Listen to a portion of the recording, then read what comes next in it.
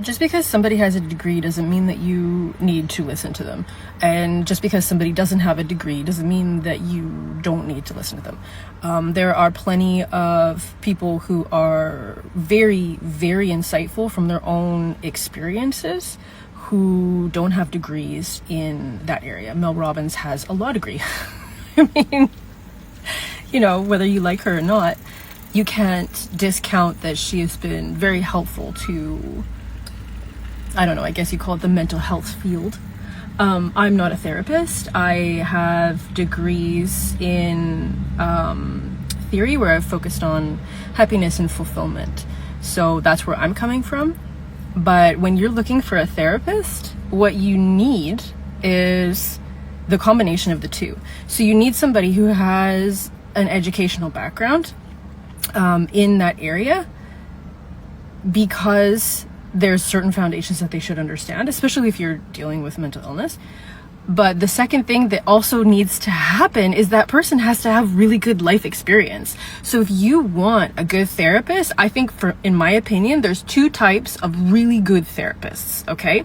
There's the type who had kind of a boring upbringing that, you know, they had their basic needs met, and they're really, really stable and grounded, and they're just able to hold space for all of your crazy, whatever you bring into their office, and they're like not fazed by it because they have this solid background of love and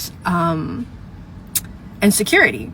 So there's that person that can hold that space for you and like show you stability for the first time.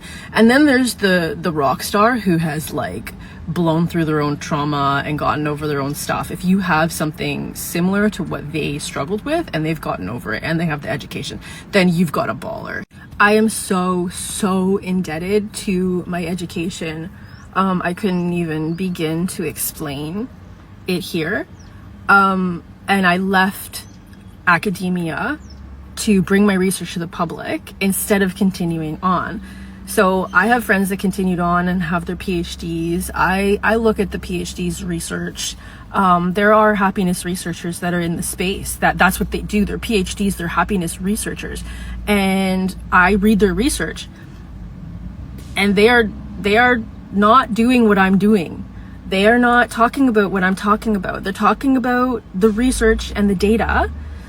They're not talking about complete life overhauls, total transformation, understanding how, you know, people are shaped and how to reshape themselves to make their dreams come true sustainably. Okay, that's my life experience. Those two things are not the same.